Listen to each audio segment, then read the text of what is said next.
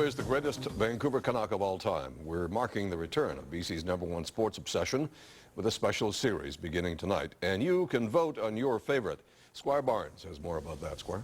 Thanks very much, Tony. Yes, starting tonight we will look at what we feel are the best 7 Canucks of all time. Some are obvious choices, others are not so obvious, especially to younger fans and new fans.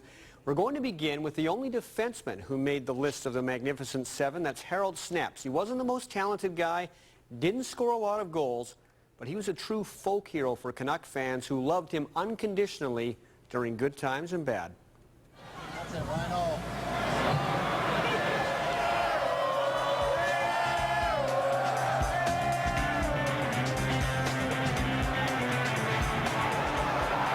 Harold has to rank right up at the top. A player who made it to the greatest league in hockey through hard work. Certainly in popularity, you know, one of the most popular players ever to play in a Canuck uniform. And a bit of a mix-up now, Snepsts. He was a guy not with the most skill out there, but you knew by effort he was going to get the job done.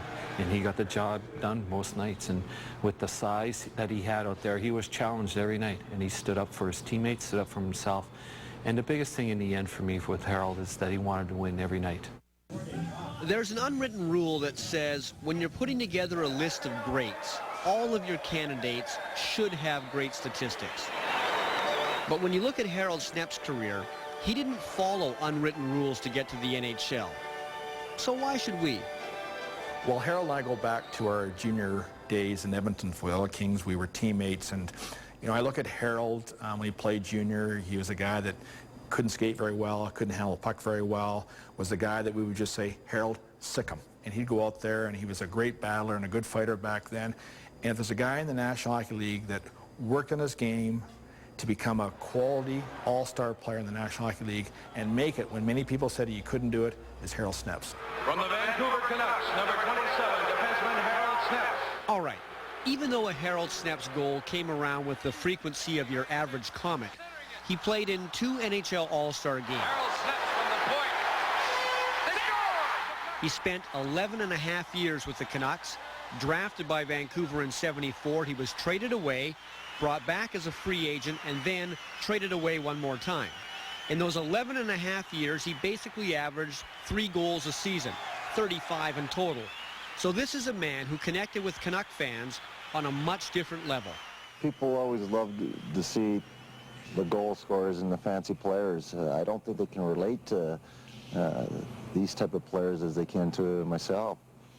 I just go out there, I give it 110%. I don't have the world's talent, you know, in his body. And so what I do give, I think everybody can relate to what I do on the ice. There are many Snepsts stories that give you an insight into his anything-for-the-team personality.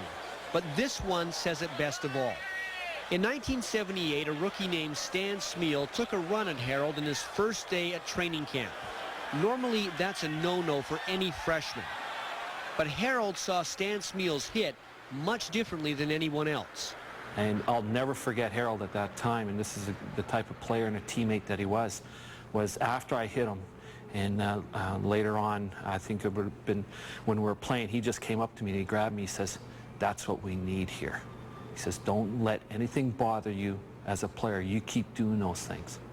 And, you know, so you always knew with Harold that he was going to be there. I mean, when you talk about just give us an honest night's work, you thought of Harold Snepsts because you knew you were going to get it. The fans loved him. You know, those chants of Harold, Harold.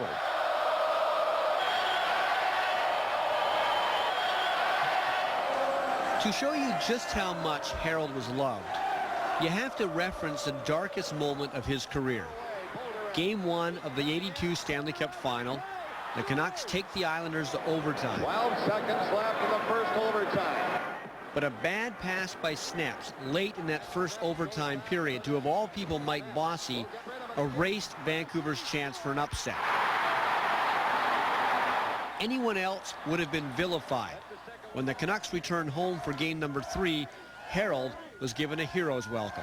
I was on the ice when that happened, and you're always concerned of what sort of reaction you're going to get from the fans, and that lunch bucket that he brought every night that people could relate to, and Harold could relate to them.